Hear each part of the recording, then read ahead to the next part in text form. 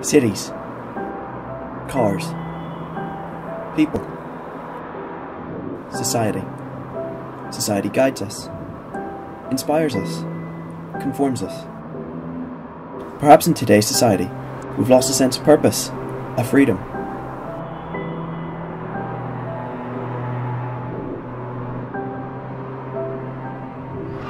Urban sports used to happen out of the way of the watchful eye of society, but now, with the advent of viral videos and amazing street athletes, that's all changed.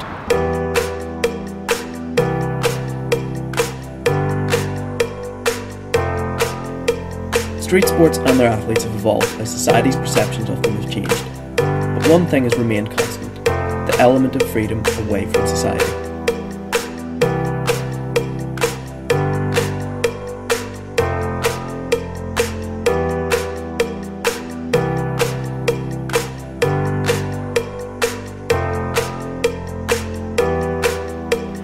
In this documentary, we'll be looking at some of our local street talent and finding out exactly why they were looking for it.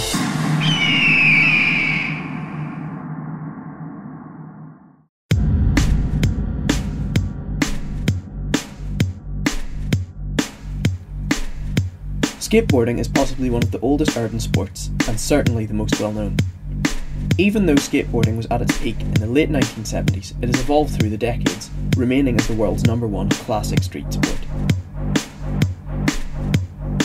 Despite this evolution, councils and other authorities have taken measures to prevent skaters from practicing their sport. These so-called skate stops prevent skaters from grinding on ledges and walls.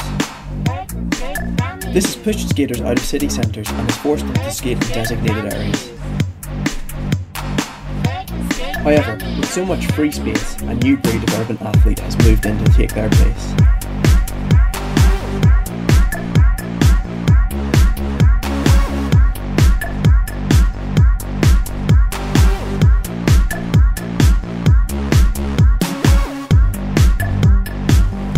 Freerunning and parkour have exploded in popularity over the past 5 years because all they require is a pair of shoes, your natural environment, and a willingness to try things out. Hi, my name is Corey and I'm 17 and my sport is parkour. Parkour is getting to somewhere the quickest and most efficient way possible. I started doing parkour when I was about 15, which is about 2 years ago.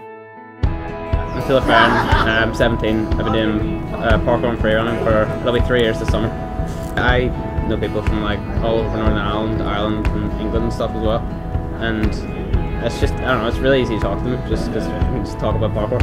I've only met some of the Dublin guys at once and it was really fun training with them. Like, it's really easy just to interact with them even if it's his first time meeting them. Like, they are just one community and they all like get along together really well, and like they will help you if you need help. Like, nobody's like, get away from us, you're terrible.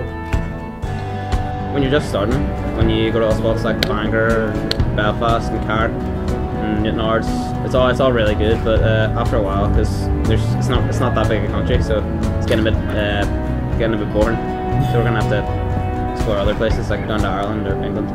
Recently, I could probably say that there's more people than there was 2-3 years ago, but the way people view this is probably just ironic. People who don't care about their well-being. They don't really care what other people think about it because we're going to do it anyway. A lot of people like it. Like, a lot of old people you see, like, can't walk past them, be like, oh, keep doing what you're doing, it's pretty cool. And other people are like, oh, you're going to kill yourselves or whatever. But on the most part, people like it. One of the most important aspects about parkour is training. Without training, the body won't be able to cope with new moves and techniques.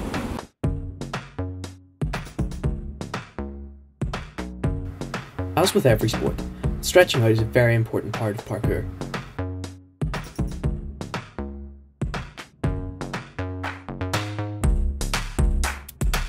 Warming up correctly helps to reduce the risk of injury during training.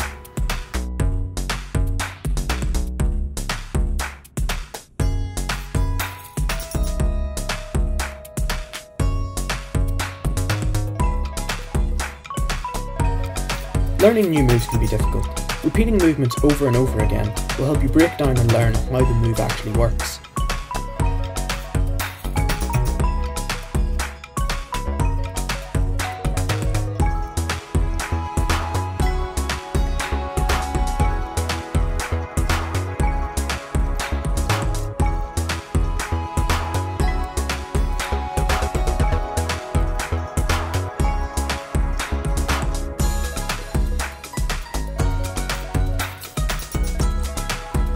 Progression is a natural part of parkour, meaning that if you start off with something small, it should lead on to something bigger in the end.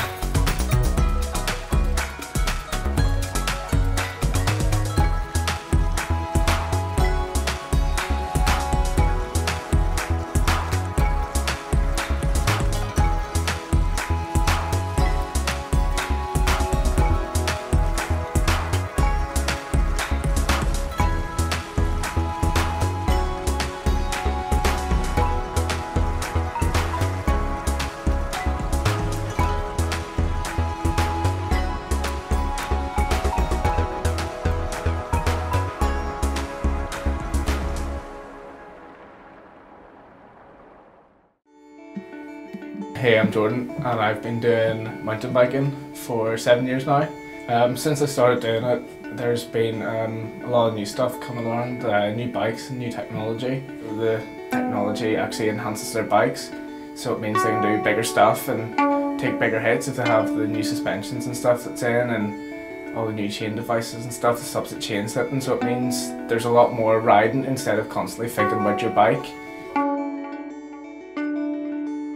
I actually started out BMX and I had a great group of friends that I used to ride with, and a particular one that actually rode for a big American bike company, and he sort of taught me, so he did, and I sort of got a love for it. And then I saw Danny McCaskill's YouTube video and it sort of made me want to do straight, because just what I saw blew me away, like what can be done on a bike.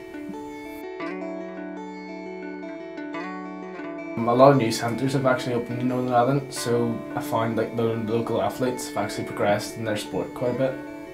In Northern Ireland, it's one of the fastest growing sort of types of sports amongst young people. The hardest thing about it is it's the finding places to do it. So there is until now. Councils have always been, no, you can't do this here, and banned it in certain places. And Belfast is a totally urban sports free zone now, so it is. But it's even going to the councils and asking, can we have a skate park, and there's never any support behind it, so there's not. So I feel society frowns upon it. It's not something they want to see.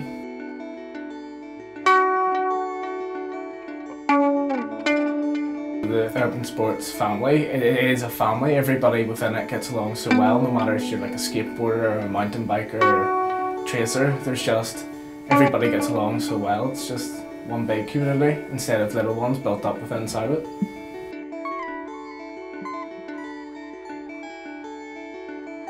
After having spent time with the athletes, it would appear that they do the sports because they enjoy the sense of community that goes with it.